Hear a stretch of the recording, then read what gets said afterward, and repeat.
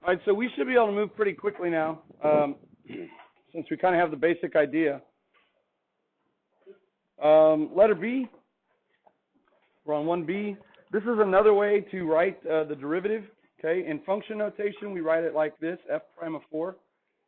And in Leibniz notation, which remember is the carryover from the priority dispute between Newton and Leibniz, we still use Leibniz notation, but not Newton's. Dy dx evaluated at x equals -2 when y is equal to that. So here's another way to do it. A lot of the times on the free response questions, you're going to be given like one equation. That's going to be like this one, where there's quite a lot of bit of information, and we're going to have to use it over and over again.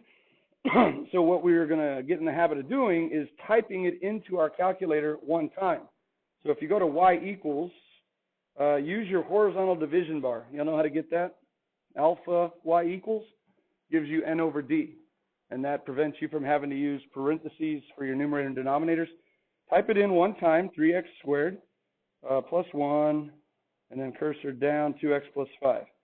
So you double check, triple check, make sure you have it in there correctly one time, and it looks good, and then we get out of there. We're not really concerned with the graph. So hit second mode and get back to the home screen. All right, so now I want to know how fast that function is changing at the instant when x is -2. Again, we'll hit math 8, and notice it's open, right? Over there, there's a solid open box. So we typically define this to be x because there's a shortcut variable for x. But if you have an aversion for x, you can hit alpha a. And notice as soon as you call that a, it changes to a over there. So you can define whatever independent variable you want. And by doing that, it won't use an assigned value for a that you might have stored in the calculator. So just be aware of that. I'm going to use x because it's, again, one fewer keystrokes. And now all we have to do is recall our equation from y1, which you can access it by hitting alpha trace. So all of those F1, F2, F3, and F4 windows are all unlocked with the math type. F5, there's nothing there. And one of them is just matrices, which we don't use. So alpha trace gets you to your shortcuts for y's, and there it is. And then you click to the right, and you plug in -2. All right, so that will evaluate the derivative of what's in our equation in y1 without having to type that equation in multiple times. So it's -38.0001. Now, if you went to 3 decimals here, because remember that's the standard for our accuracy, and you get in the habit of truncating, you would write down -38.000. If the answer was really that number right there, that would be a correct answer still, right, to 3 decimals. But if the calculator is trying to tell you that the real answer is -38 and not that, if you still wrote down truncated 3 decimals, would this still be correct? Is this still equal to -38, the terminating decimal? It is, yeah. So that's what's kind of nice about going to 3 decimals. When your calculator cannot hit the nail right on the head, if you get in the habit of going to 3 decimals, you're going to typically be right. Unless it's a bunch of 9s, and then you have to round up. So remember what I told you? How do you know if it's trying to tell you it's a different number than what it actually shows? 3 with a small number after it for zeros is typically what it is. Or if you see 999 with an 8, that's telling you to round up. And of course, if you see then 4 zeros or 5 zeros, that's also an indication. But at the very minimum, 3 of that number plus 1 more that's pretty small. So 0001 is enough to tell me that the answer here is not 38.158, but actually -38. Okay, so our calculator does have some flaws. It's very powerful. It computes things very nicely, and it gives us a way to analyze graphs sometimes, but it is flawed. You're the boss, all right, not the calculator. All right, this one here, y prime of 0, if we're looking at y x to the 1/3. Go ahead and do that one on your own.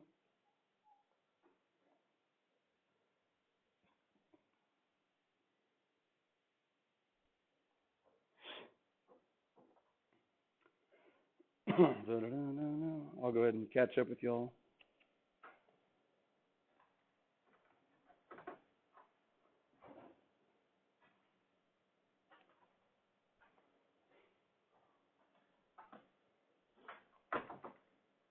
I got 100. Y'all get 100? Okay, now let's look at that one. That one is not 100.000 something. That is a terminating whole number, right? 100. So you write down y prime 0 equals 100, and you mosey on to the next, right? Because you know your calculators, right? Or is it? 100 is pretty steep, right? 100 is pretty steep. At 0, it says the calculator is going up 100 units for every one that's going to the right. That's pretty steep. Well, what does x to the 1/3 look like?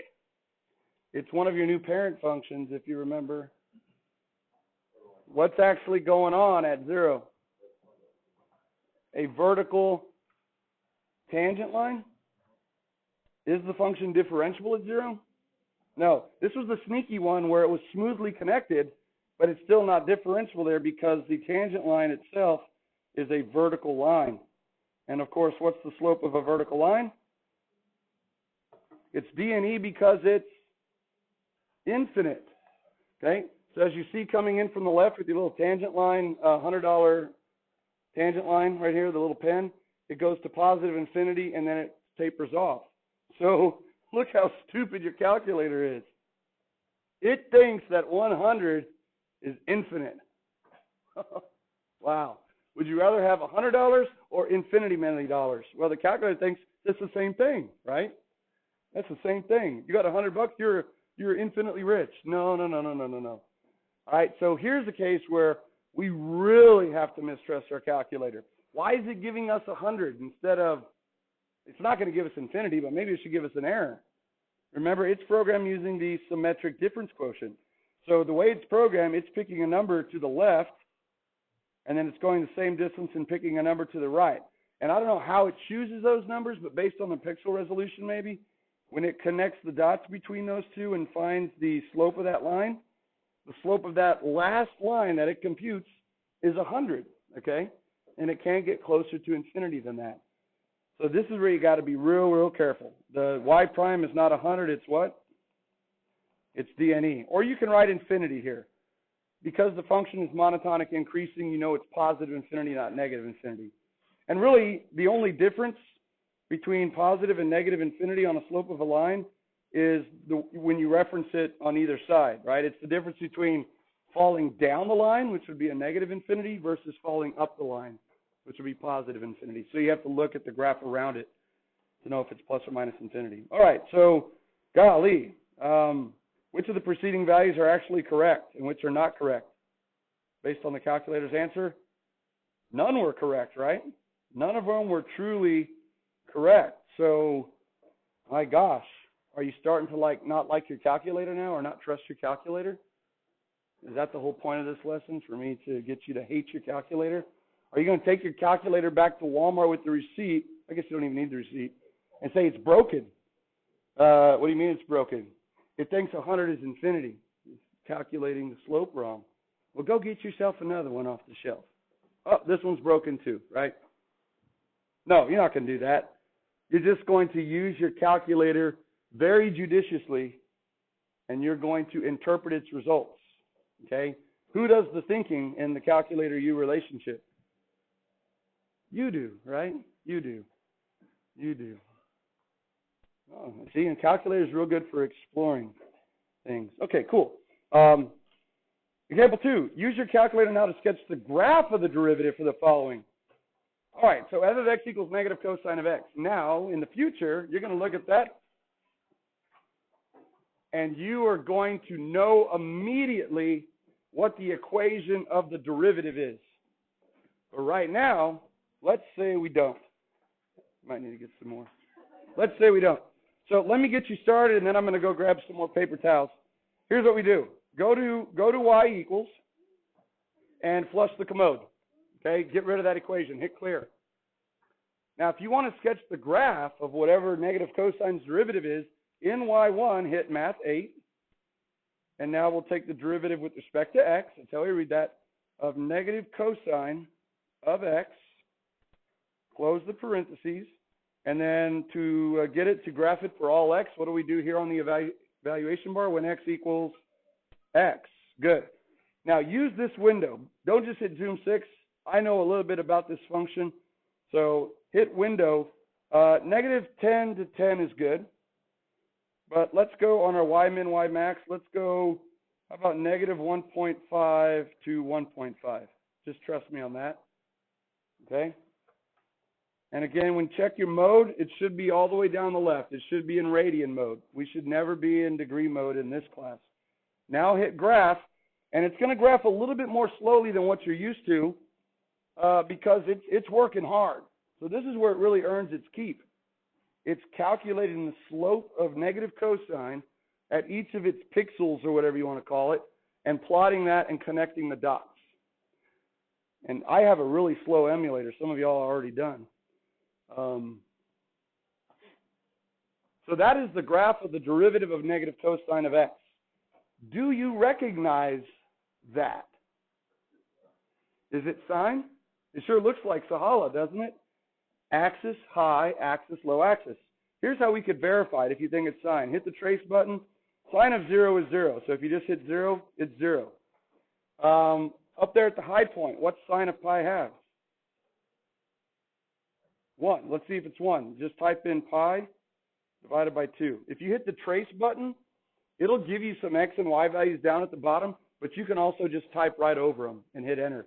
So if this is 1, oh man, I guess it's not sine, because it gives me 0.999999983.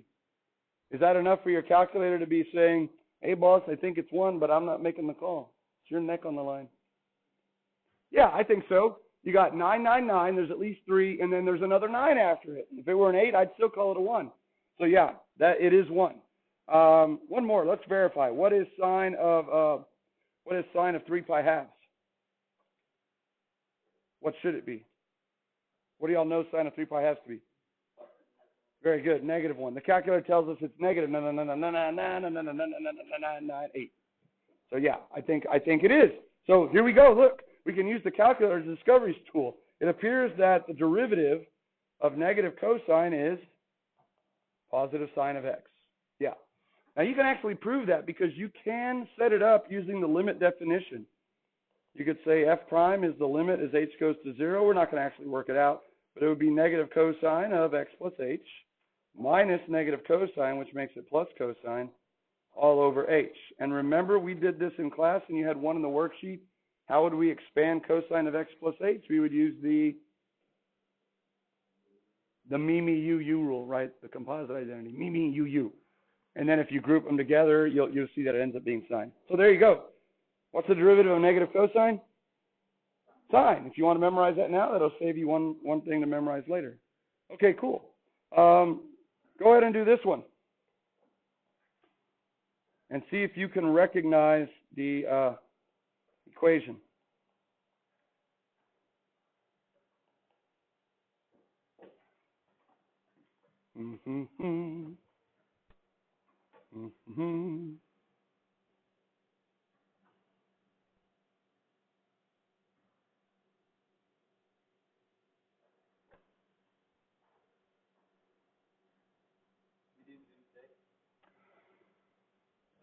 Yeah, Zoom 6 will work here. Yeah, good. Zoom 6. That's a great place to start, and that's a great question to ask. It's your standard viewing window, Zoom 6. Once you hit Zoom 6, you can always kind of adjust it once you kind of see where it lives. I need to upgrade my emulator. Yeah, y'all's is way faster. All right. It looks a whole heck of a lot like what function? The x cubed, right? The discograph that looks like that. Let's verify it. How can we verify it? Hit trace. Pick a number like 2. What's 2 cubed? 8. So let's go ahead and just hit trace. And notice it says 0, 0. You can just type in a 2 right over that, and it should give us 8-ish. Is that 8-ish? Yeah, 8.2. Yeah, that's good.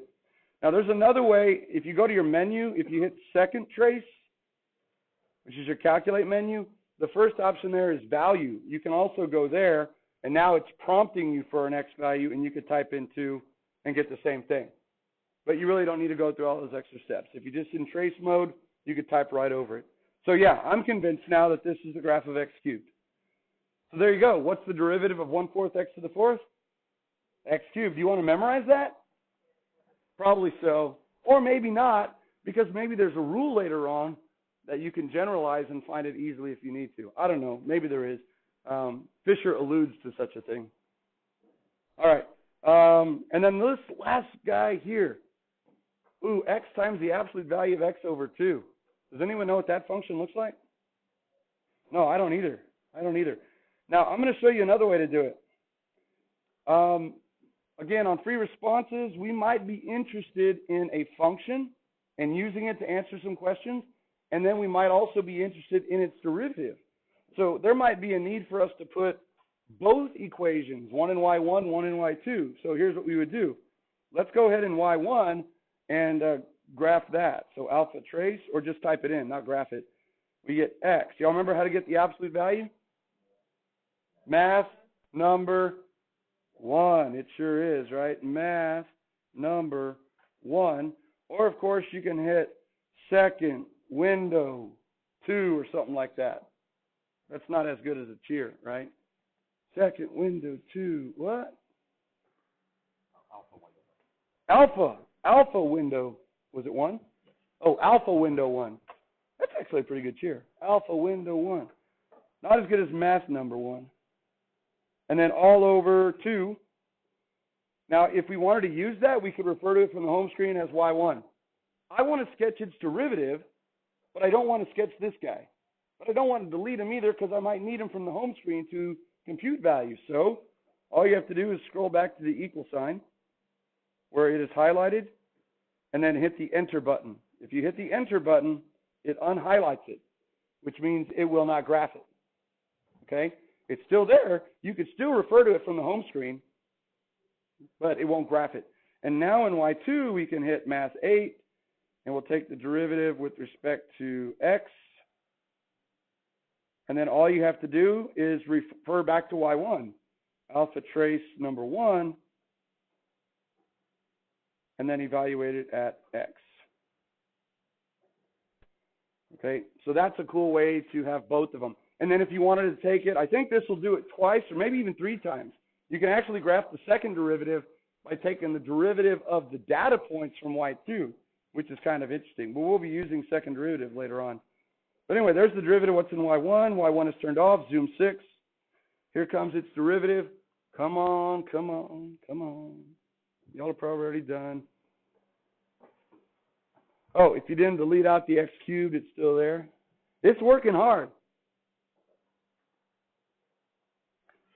Do you recognize the derivative?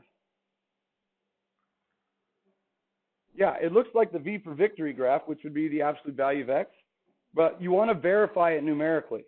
So let's go ahead and hit the trace, and let's type in a negative number, like -5. What's the absolute value of -5? 5. Hey, it gives us 5 this time. This is the first time all day it's actually given us the correct answer, right?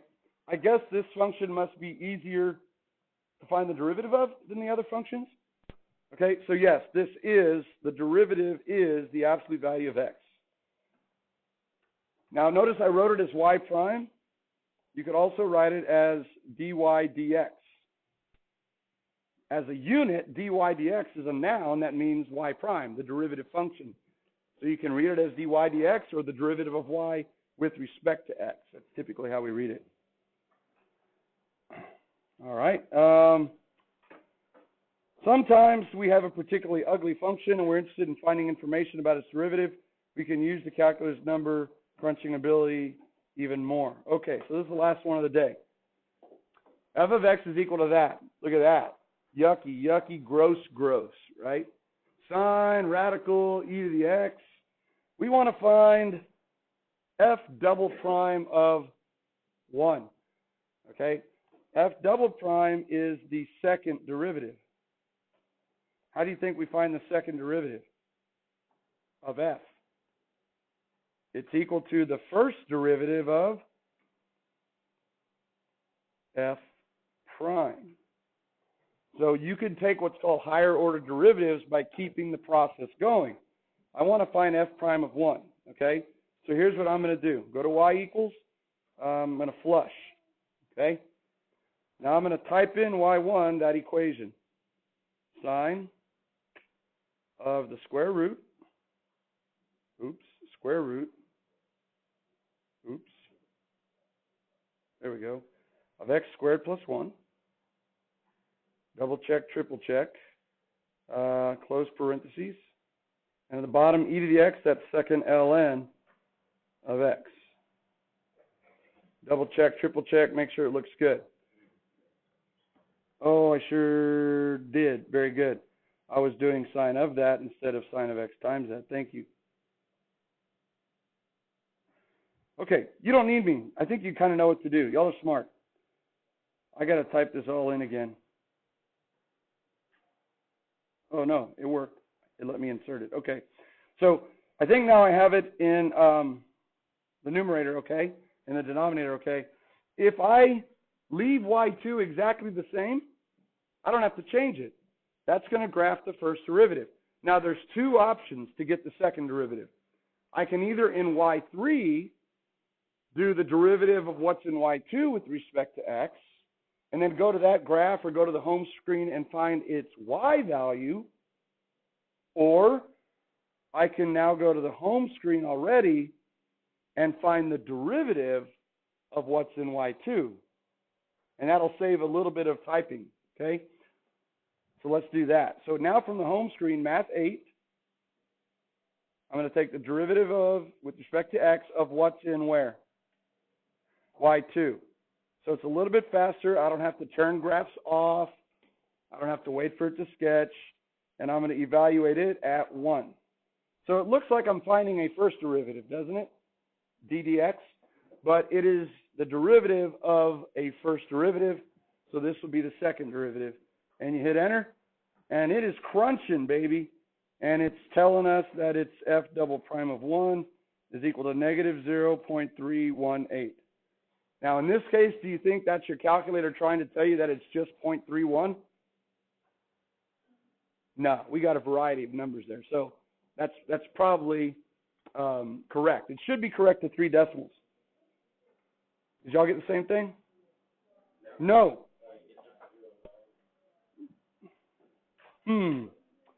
Well, did I type it in right? Maybe so. Yeah. All right. Yeah. Let me try it again. I have it. Yeah, I tried to fix it, and I said it worked, but I don't think it did. It did look like it was exponential. Square root of x squared plus 1. Okay, that looks better. Sometimes it's better just to flush and start over. So now I shouldn't have to do anything. I should be able to go back to the home screen, and now I should be able to hit second enter. Just recall it. Oh, there we go. That number was given to me out of context. There was really no way for me to kind of know if it was correct or not. So I got to kind of trust my keystrokes. Is that what y'all got? Okay, that looks better. Thank y'all. So that's one way to do it. Here's the other way to do it. If you actually then go down to y3, let's say that you want the graph of the second derivative, you could just do Math 8 and then take the derivative with respect to x of what's in y2, alpha trace number 2, and graph it for all x values. Now, of course, you could graph it. You could turn all of them off, or turn 2 of them off and leave the third one on. But now if you go to the home screen, instead of finding the derivative of what's in y2, we just want the y value of what's in y what? 3. So that would be alpha trace number 3. Yeah, I got to scroll. Some of the new ones you can just hit 3 and it goes, but this one I have to scroll. Remember when you open parentheses, put a number, and close it? It treats that like function notation. So that's like f of 1, or in this case, f double prime of 1, and I should get the same answer. Yeah, I do. All right, so it's entirely up to you. And I think, believe it or not, I think it can even go one more, which is pretty impressive because it only has one equation. When it finds the second derivative, it's computing slopes of data points, you know, which I guess is how it does it for the first one because it plots a bunch of points for the function. But at some point, it gets overloaded. So you could try that over the weekend. You got 3 days. See how many derivatives you could do before you break the calculator, okay? I think I've done 3, and then it said, I give up. I'm switching to college algebra. All right. We're essentially done with the calculator section. So now throughout the year when I refer to keystrokes or how to find derivatives on calculators or even Y values from the home screen, you'll know how to do it. All right. Any questions? Fantastic. Have a splendid 3-day week.